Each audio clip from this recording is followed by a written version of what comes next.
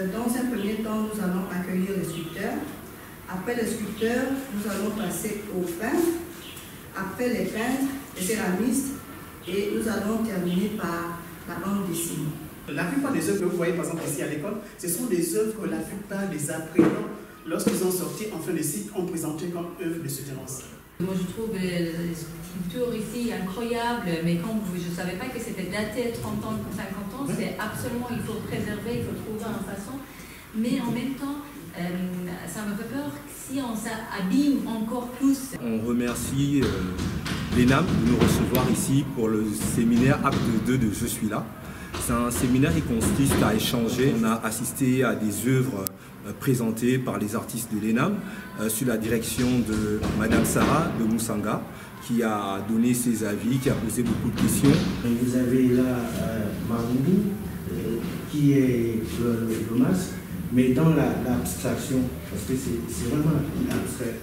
Mais ça interpelle les gens de cogiter et de savoir. Par exemple, vous voulez que ça soit allongé ou vertical, que ce soit rempli ou vide. Que ça soit rempli. Rempli, voilà. Ça, parce que ça doit jouer le rôle utilitaire. Voilà. Il y a eu l'art plastique, la peinture, le modélage, il y a eu les bandes dessinées aussi.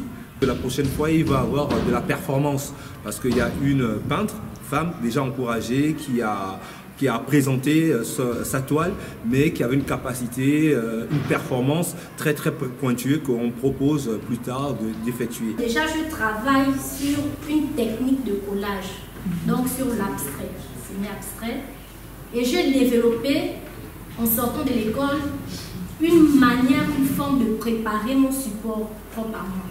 Donc, j'utilise ce qu'on appelle des nattes de cocotier. Au préalable, que je nettoie, je vais sur le cocotier, je recueille ces nattes-là et je les fais nettoyer, je les trempe. Quand vous dites que vous êtes multidisciplinaire, ça aussi, ça peut être en forme. Oh, ça fait peur, tous les enfants qui arrivent. Moi-même, lorsque j'ai fait cette œuvre, j'ai eu peur. Hein. C'est Madame Sanga qui a dit non, viens.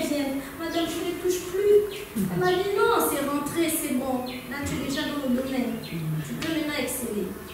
Oui, là, elle est peinte, mais elle a beaucoup plus de prédispositions dans l'art oratoire. Elle a une certaine aisance à communiquer.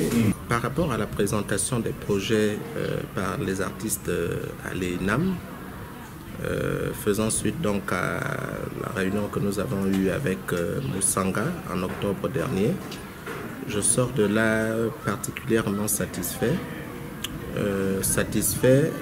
Dans le cadre de la présentation des projets parce que les artistes ont exprimé leur talent par les tableaux qui ont été présentés, par les objets céramiques qui ont été présentés et surtout les techniques qu'ils ont utilisées.